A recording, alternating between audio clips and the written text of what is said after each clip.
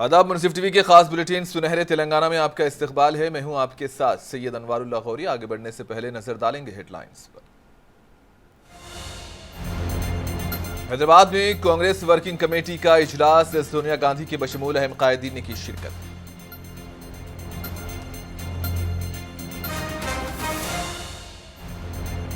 तरक्की का नया बाब लिखने के लिए CWC तैयार, कांग्रेस की सीनियर लीडर सोनिया गांधी का तासुर।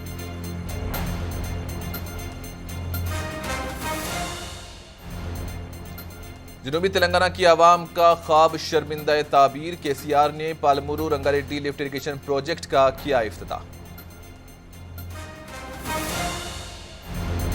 हैदराबाद के बशमूल मुल्क के 30 मुकामात पर NIA के धावे, कई अहम दस्तावेजात जब्त करने का दावा।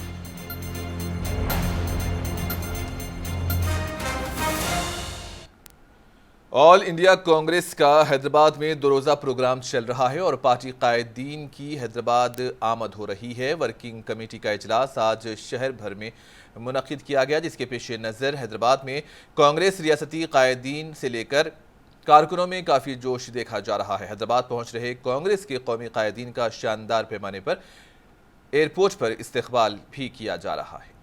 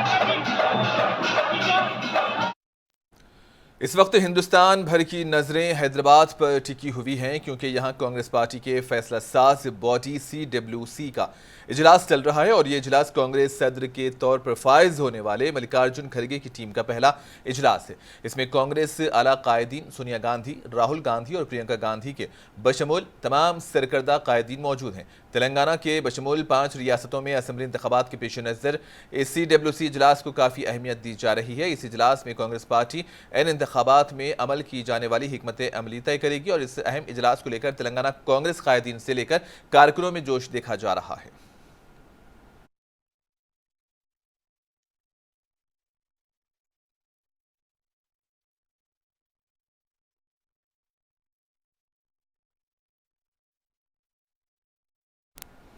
कांग्रेस सदर मल्लिकार्जुन खड़गे ने CWC इजलास में अपने खैर मकदमी कलिमात अदा करते हुए कहा कि मुल्क की आज़ादी के 13 माह बाद हैदराबाद स्टेट आज़ाद हुआ और उन्होंने इसे पंडित नेहरू और सरदार पटेल की क़ुव्वत इरादी की वजह से हैदराबाद आज़ाद होने की बात कही। खड़गे ने कहा कि हैदराबाद में 1953, 1968 और 2006 में कांग्रेस के इजलास मुनक्किद हुए।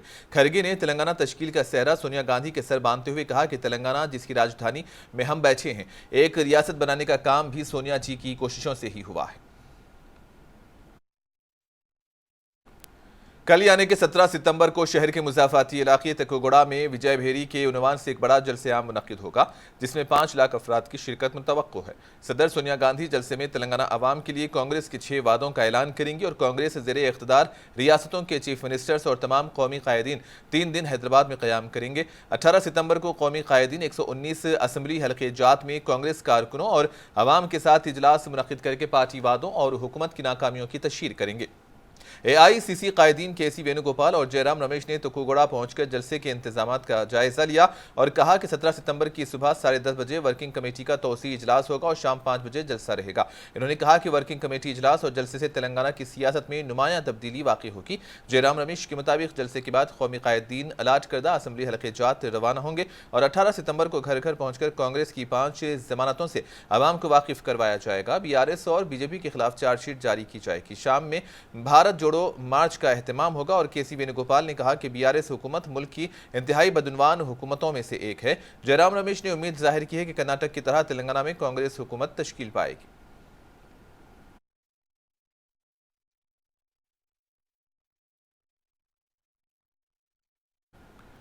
कांग्रेस लीडर सोनिया गांधी ने कहा है कि कांग्रेस वर्किंग कमेटी तेलंगाना और हिंदुस्तान के तमाम लोगों के लिए विकार के साथ तरक्की का एक नया बाब लिखने के लिए तैयार है। हफ्ते को हैदराबाद में शुरू होने वाली CWC मीटिंग के मौके पर कांग्रेस की साबिक सदर ने कहा कि हमने तेलंगाना के लोगों से वादा किया था, सो हमने वो वादा पूरा किया। कांग्रेस हमेशा उनके साथ खड़ी रही। तेलंगाना के अवाम की ख्वाहिशात के मुताबिक अब वक्त आ गया है कि रियासत को तरक्की और खुशहाली के नए दौर में ले जाया जाए। सोनिया गांधी ने मजीद कहा कि कांग्रेस वर्किंग कमेटी तेलंगाना और हमारे मुल्क के तमाम लोगों के लिए विकार के साथ तरक्की का एक नया बाब लिखने को तैयार है। ऑल इंडिया कांग्रेस कमेटी के सदर मल्लिकार्जुन खड़गे ने अपने पैगाम में कहा कि कांग्रेस वर्किंग कमेटी पार्टी को जीत की तरफ ले जाने के लिए एक जामे रोड मैप तैयार करेगी। मल्लिकार्जुन खड़गे ने कहा कि तेलंगाना के बशमूल मुल्क की 5 रियासतों में कांग्रेस हुकूमत बनेगी। खड़गे ने मजीद कहा कि लोग इस वक्त बीआरएस और बीजेपी से परेशान हैं और वो कांग्रेस को जीत दिलाने के लिए तैयार हैं। और इसी दौरान कांग्रेस के सीनियर लीडर पवन खेरा ने आज हैदराबाद में CWC मीटिंग से पहले प्रेस कॉन्फ्रेंस से खिताब किया। पवन खेरा ने कहा कि बीजेपी वजीर आजम नरेंद्र मोदी को ग्लोबल लीडर करार दे रही है और पीएम मोदी को बरतानिया के वजीर आजम ऋषि सुनाक से आगे करार दे रही है। इन्होंने कहा कि पीएम मोदी का मुकाबला ऋषि सुनाक से नहीं बल्कि हिंदुस्तानी आवाम से है। हम असहयोग आंदोलन कह सकते हैं, हम तो गांधीवादी तरीकों से सिर्फ अपने आप को उस रास्ते से अलग कर रहे हैं। अगर मैं एक रास्ते पे रोज चलता हूं और कोई मुझ पर कचरा फेंकता रहता है तो मैं अपना रास्ता बदलने की स्वतंत्रता रखता हूं। मैं सिर्फ वो स्वतंत्रता को एक्सरसाइज कर रहा हूं, उसके अलावा और कुछ नहीं कर रहे हम लोग। तमाम दलों ने जो कि इंडिया अलायंस का हिस्सा हैं, उन सब ने सर्वसम्मति से माना कि ये रास्ता हमें अपना बदलना होगा। इस रास्ते पे चलकर हम इस पाप का भागीदार नहीं बनेंगे। इसलिए इसको आप बैन मत कहिए, इसको आप बॉयकॉट मत कहिए, इसको आप ब्लैकलिस्ट मत कहिए, ये सविनय अवज्ञा है। जब कोई पार्टी चुनाव से पहले इस तरह के हथकंडे अपनाती है ना, तो समझ लीजिए कि उनको समझ में आ गया है क्या होने वाला है। ग्लोबल लीडर बन गए साहब और ऋषि सुनक को पीछे छोड़ दिया। चुनाव आपका ऋषि सुनक से नहीं होना, चुनाव आपका इस देश की जनता से होना है। वोटर इस देश की जनता है, ऋषि सुनक के वहां के लोग नहीं आपको वोट देने आ रहे। अभी आपने उनका सम्मान किया, आपने तमाम अतिथियों को बुलाया और वो अभी घर पहुंचे, उनका वो उतरा भी नहीं होगा जेटलैग। आप उनका अपमान कर रहे हो कि साहब हमारे नरेंद्र मोदी जी तो ऋषि सुनक से भी आगे हो गए और जो बाइडेन से भी आगे हो गए। अरे साहब, उनसे क्यों मुकाबला कर रहे हो? महंगाई से मुकाबला करो, बेरोजगारी से मुकाबला करो। जो सीमा पार चीन घुसा चला आ रहा है उसका जवाब दो। तो ये हथकंडे दिखाते हैं, दर्शाते हैं कि ऊपर कितनी घबराहट है। करते हैं मनोबल मत गिराइए सेना का। जब आप चीन को क्लीन चिट देते हैं ना कि ना कोई घुसा, ना कोई आया, ना कोई घुसा हुआ है, तब आप सेना का मनोबल गिराते हैं। बहादुर सैनिक हमारे लड़ने को तैयार हैं। कांग्रेस लीडर पवन खेरा ने रियासती हुकूमत पर शदीद तनकीद की। उन्होंने कहा कि रियासती हुकूमत पर सरकारी खजाने का गलत इस्तेमाल किया गया है और पवन खेरा हैदराबाद में मुनसिफ टीवी से बात कर रहे थे। लगातार जद्दोजहद कर रही है कि कैसे वो पावर में आए, क्योंकि कोई भी पॉलिटिकल पार्टी होती है जब तक वो पावर में नहीं होगी, लोगों की भलाई का जो उसका दावा होता है वो शायद वो नहीं कर पाएगी। और इस वक्त कांग्रेस जो है वो साउथ को साधने की कोशिश कर रही है और उसी के तहत खड़गे साहब के पार्टी प्रेसिडेंट बनने के बाद अब तेलंगाना में पहली CWC हो रही है। क्या कुछ मुद्दे हैं, किन विषयों पर या किन इश्यूज़ के ऊपर मोटे तौर पर बात होगी, उस पर बात करने के लिए पवन खेरा साहब जो है इस वक्त हमारे साथ हैं। सर, आपका इस्तकबाल है और ये बताइए कि इशूज़ जो है वो मेन क्या है, किन टॉपिक्स के ऊपर बात होने वाली है? राजनीति में हमारी पार्टी आज से नहीं है, 137-38 साल से है और हमारी राजनीति का उद्देश्य है सत्ता नहीं, संघर्ष करते हुए लोगों की समस्याओं का निदान करना, उनको निजात दिलवाना ऐसे शासन से जो यहाँ भी आपको दिखता है, जो केंद्र में भी आपको दिखते हैं। तो हमारा जो उद्देश्य है, हमारा जो जिस वजह से हमने ये CWC बुलाई वो बड़ा स्पष्ट है। यहाँ पर हम कुछ जैसे लोगों से बात की, वो यहाँ पर एक बात जो है वो बहुत आम है, और वो ये है कि मुकाबला जो है इस बार वो बीआरएस का, जो पहले टीआरएस थी, बीआरएस का मुकाबला कांग्रेस से है, कोई और पार्टी नहीं है। तो शायद वो जो है वो बातें आप तक पहुँची होंगी, उसी को लेकर के आप तेलंगाना पहुँचे हैं। क्या कुछ उम्मीदें हैं तेलंगाना से? चूँकि अच्छा खासा वक्त था, एक स्टेट को 2 स्टेट में तकसीम किया, वो पूरा क्रेडिट आपकी पार्टी को जाता है। सोनिया गांधी की एक अलग इमेज है इस स्टेट में, और उनको मतलब जो है लेकर के किस तरीके से आप प्रोजेक्ट करेंगे, और क्या कुछ उम्मीदें हैं तेलंगाना इलेक्शन? तेलंगाना का एक एक नागरिक कांग्रेस की तरफ देख रहा है। उसे कांग्रेस से उम्मीद है कि कांग्रेस आकर उसे निजात दिलवाएगी बीआरएस के इस शासन से। कांग्रेस से तेलंगाना का एक जज्बाती रिश्ता है, वो रिश्ता कोई नकार नहीं सकता, वो कोई आकर छीन नहीं सकता। सोनिया गांधी से जो रिश्ता तेलंगाना का है वो एक माँ और बेटे वाला रिश्ता है, तो वो रिश्ता तो रहेगा, और उसी रिश्ते को का सम्मान करते हुए, को इज्जत बख्शते हुए हम यहाँ CWC कर रहे हैं। एक चीज़ और हमने देखी साहब यहाँ पर कि एक तो होर्डिंग्स जो हैं वो भरे पड़े हैं, चूँकि जो पार्टी है, मतलब रूलिंग पार्टी है, उसकी तरफ से जितने भी न्यूज़पेपर्स हैं उसका फ्रंट और सेकंड पेज जो है वो पूरा उन्हीं ने बुक किया हुआ है, बता रहे हैं कि अगले 2-3 दिन के लिए। तो क्या ये पहले से कोई प्लानिंग नहीं की थी आप लोगों ने कि ऐसा हो सकता है? और चूँकि अखबार जो एक बड़ा माध्यम होता है अपनी बात को लोगों तक पहुँचाने के लिए। उनके पास पैसा है, उनके पास सत्ता है, वो उसका दुरुपयोग अगले 2-3 महीने तक कर सकते हैं, करने दीजिए। हमारे पास जो ताकत है वो तेलंगाना के जो आवाम है उसकी ताकत हमें मिली हुई है। उसमें पैसा नहीं लगता, उसमें विज्ञापन नहीं देने पड़ते, उसमें इश्तिहार नहीं देने पड़ते, वो रिश्ता दिल का रिश्ता होता है। हम उस दिल के रिश्ते को आगे रखते हैं। एक चीज़ और बताइए साहब कि कांग्रेस के साथ एक, चूँकि बहुत पुरानी पार्टी है तो जाहिर है बहुत सारे सीनियर लीडर्स होते हैं, हर किसी की ख्वाहिश होती है कि वो ऊपर तक पहुँचे, ओहदे तक रहे, या उसके हाथ में जो है वो संगठन रहे। गुटबाजी बहुत है, कहने का मतलब ये है कि गुटबाजी बहुत है, वो यहाँ भी दिखती है, राजस्थान में भी दिखती है और दूसरे प्रदेशों में भी दिखती है। उस गुटबाजी से निपटने के लिए आपके पास क्या फॉर्मूले हैं और कैसे उसको उसके ऊपर चर्चा हो? गुटबाजी कहते हैं, मैं इसको कहता हूँ कि साहब अलग अलग काबिल नेता हैं, उनकी अपनी सोच है, उनकी अपनी विचार हैं, अपना तरीका है काम करने का, शैली है बात करने की, उसमें कोई उसको गुटबाजी नहीं कह सकते। आपको कांग्रेस दिखती है, आपको बीजेपी की गुटबाजी नहीं दिखती। जहां राजस्थान, जहां से मैं आता हूं, मैं वहीं का हूं, वहां 9 ग्रुप हैं बीजेपी के, 8 नेता और 9 ग्रुप, ये हालत है। तो हर पार्टी में अलग अलग तरीका है काम करने का, इसलिए मैं इसको गुटबाजी नहीं मानता। अच्छा, एक चीज़ और साहब, इंडिया अलायंस जो है अभी कुछ दिन पहले ही मुंबई में उसकी बैठक हुई, और एक सवाल उठ रहा था वहाँ पर कि यहाँ मतलब बीआरएस क्यों नहीं जुड़ी आपके साथ, और ख़ासतौर से AIMIM, क्या उसको जानबूझ करके अलग रखा गया, अप्रोच नहीं किया गया, या फिर वो नहीं जुड़ना चाहिए, या आपने नहीं चाहा कि वो जुड़े? अब हमारे अलायंस में वो तमाम ताकतें जुड़ रही हैं जो नरेंद्र मोदी जी की नीतियों के खिलाफ हैं, जो नहीं है वो नहीं जुड़ेंगे। एक सवाल और यहाँ पर जो है वो अलायंस को लेकर के ही हो रहा है कि ऐसा प्रेशर बनने वाला है अलायंस पार्टियों के ऊपर, जो अलायंस में है, जो भी 28-27 पार्टियाँ, कि टूट सकता है अलायंस। कुछ पार्टियाँ जो हैं वो साथ छोड़ सकती हैं, उसकी कुछ झलक जो है G20 में भी देखने को मिली, ऐसा लोग कह रहे हैं। बोलने दीजिए, सबके सामने आएगा सब कुछ।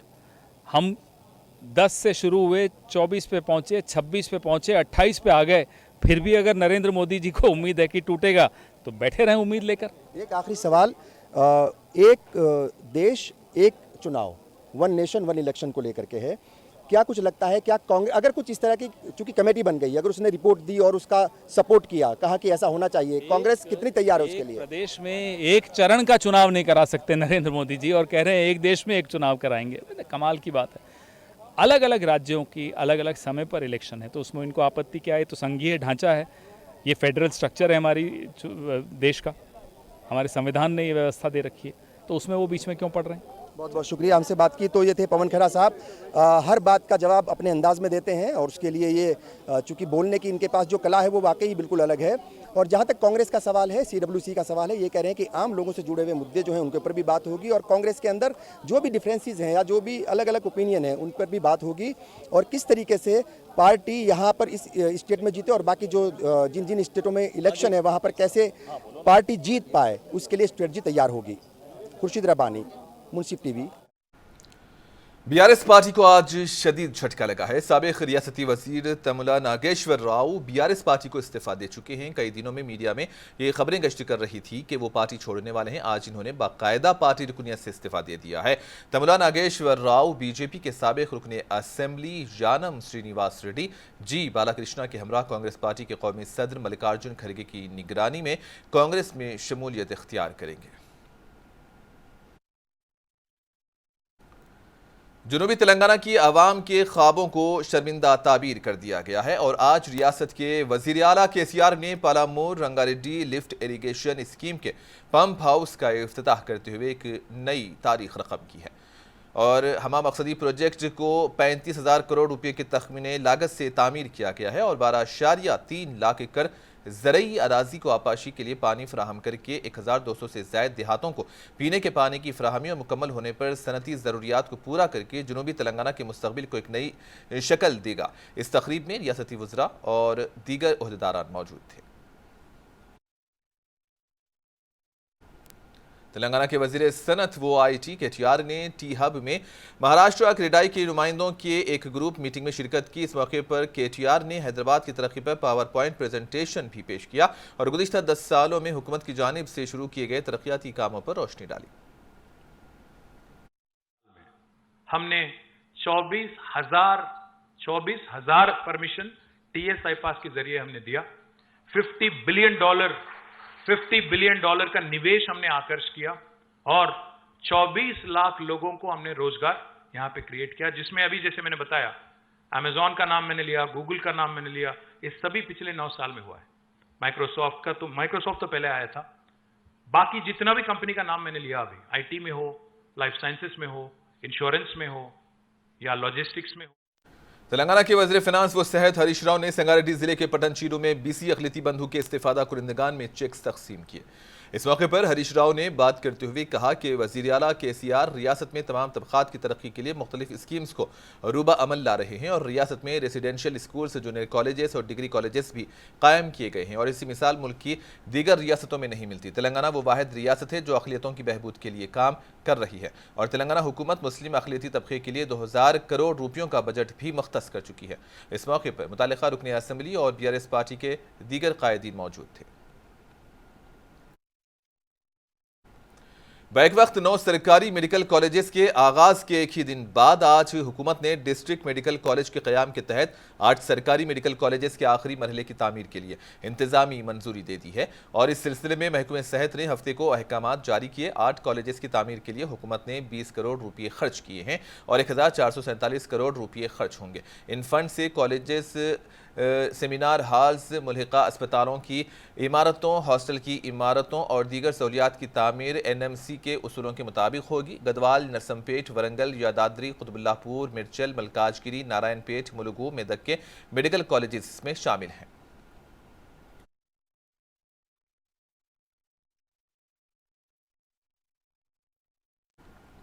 वरंगल मशरिकी असम्बली हल्के के रुकने असम्बली एन नरेंद्र ने बल्दी डिवीजन 35 के मुख्तलिफ इलाके जात का दौरा करते हुए अवामी मसाइल से वाकफियत हासिल की। इस मौके पर इन्होंने बात करते हुए कहा कि वरंगल मशरिकी हल्का तरक्की की समत गामजन है और अवामी मसाइल को हल करने के लिए खास तवज्जो दी जा रही है। इस मौके पर कारपोरेटर सोमी शेट्टी, प्रवीण, सरकारी ओहदेदार और बीआरएस पार्टी के दीगर कायदीन मौजूद थे। కార్పొరేటర్ ఎమ్మెల్యే అధికారులతోటి ప్రజలకు ఏం కావాలి, ఎక్కడేం సమస్యలు దాని మీద పూర్తిగా ప్రజల వద్ద పోవడం జరుగుతుంది. వాళ్ళు చాలా అనూహ్యంగా స్పందన చేస్తూ చాలా సంతోషంగా వాళ్ళకి అవసరాలని కూడా ఒక ప్రజాస్వామ్యబద్ధంగా వాళ్ళ నీడ్ అన్నది కూడా వాళ్ళు చెప్పడం జరుగుతుంది. तेलंगाना हाईकोर्ट ने रंगारेड्डी जिले के टीचर्स से ट्रांसफर पर 19 सितंबर तक रोक लगा दी है और इस जिम्मन में अदालत ने आज अहकामात जारी किए हैं। रंगारेड्डी जिले के स्कूल असिस्टेंट और एसजीटी तरक्कियों के जिम्मन में अदालत ने ये उबूरी हुक्म जारी किया। अदालत में एक दरख्वास्त दाखिल की गई है कि जीओ 317 के तहत केडर से ज्यादा दीगर अजला के असातिज़ा का रंगारेड्डी तबादला किया गया। रंगारेड्डी के टीचर्स का यह कहना है कि उनसे रब्ता किए बगैर ही तबादलों के लिए सीनियरिटी लिस्ट भी मरतब कर ली गई। हरमकुंडा जिला कलेक्टर सक्ता पटनायक ने 18 साल से की उम्र मुकम्मल करने वाले हर शख्स को इस माह की 19 तारीख तक वोटर लिस्ट में नामों का इंदराज करवाने पर जोर दिया। इन्होंने कहा कि वोटर लिस्ट मुतालिका पोलिंग स्टेशन के तहसीलदार और कलेक्टर के दफ्तर में आवेजा की जाएगी। जिन लोगों का नाम फहरिस्त में शामिल नहीं, उन्हें मशवरा दिया गया है कि वो मुतालिका फॉर्म की खानापुरी करते हुए बूथ लेवल के ओहदेदारों और तहसीलदार के दफ्तर में उसे जमा करवाएं, ताकि वोटर लिस्ट में नामों की शमूलियत को यकीनी बनाया जा सके। मेदक के कांग्रेस पार्टी लीडर एमडी सूफी हुसैन को जिला कांग्रेस पार्टी जनरल सेक्रेटरी मुकर्रर किया गया है। डिस्ट्रिक्ट कांग्रेस पार्टी सदर के तिरुपति रेड्डी ने एमडी सूफी को मुबारकबाद दी और उन्हें सर्टिफिकेट भी हवाले किया।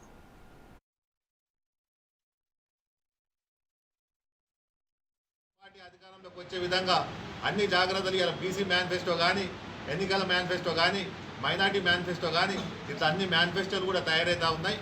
అన్ని వర్గాల ప్రజలకు అందుబాటులో अपने मुतालिबात को लेकर एहतजाज करने वाले आंगनवाड़ी वर्कर्स से मुलाकात करते हुए उनसे इजहार जगानिगत की और इस मौके पर इन्होंने हुकूमत पर तनकीद करते हुए कहा कि हुकूमत आंगनवाड़ी वर्कर्स के मसाइल को हल करने में नाकाम हो गई है, जबकि आंगनवाड़ी वर्कर्स अपने मसाइल को लेकर कई दिनों से एहतजाज कर रहे हैं। हल्के नामपल्ली एमआईएम पार्टी के रुकने असेंबली जाफर हुसैन मिराज, साबिक मेयर और मेहदीपट्टनम कारपोरेटर माजिद हुसैन और नानल नगर कारपोरेटर मोहम्मद नसीरुद्दीन ने महकमे बल्दिया के ओहदेदारों के साथ नानल नगर जंक्शन का दौरा करते हुए ड्रेनेज के मसाइल का जायजा लिया और इस मसले को जल्द हल करने के लिए ओहदेदारों को हिदायत दी।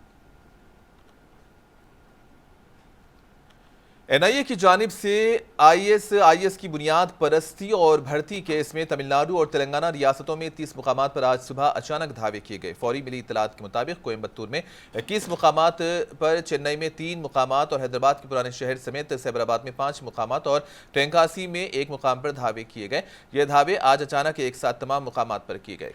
2 अफराद को हिरासत में लिए जाने की इत्तलात हैं, ताहम इस बात की तस्दीक नहीं की गई है।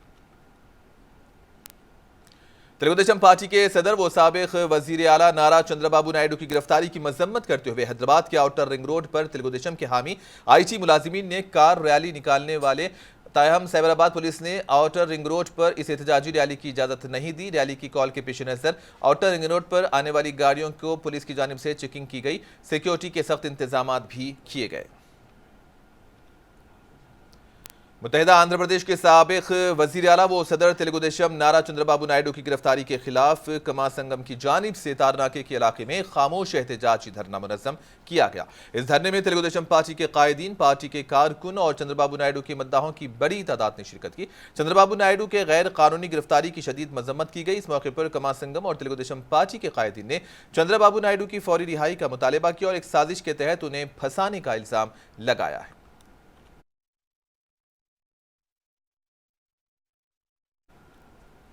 और आखिर में हेडलाइंस पर एक और नजर।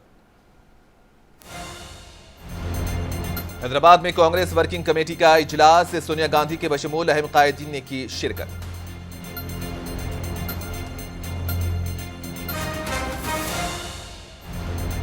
तरक्की का नया बाब लिखने के लिए CWC तैयार, कांग्रेस की सीनियर लीडर सोनिया गांधी का तासुर।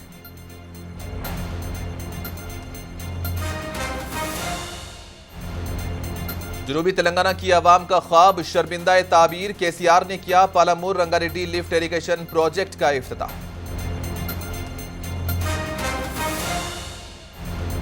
हैदराबाद के बशमूल मुल्क के 30 मुकामात पर एनआईए के धावे, कई अहम दस्तावेजात जब्त करने का दावा।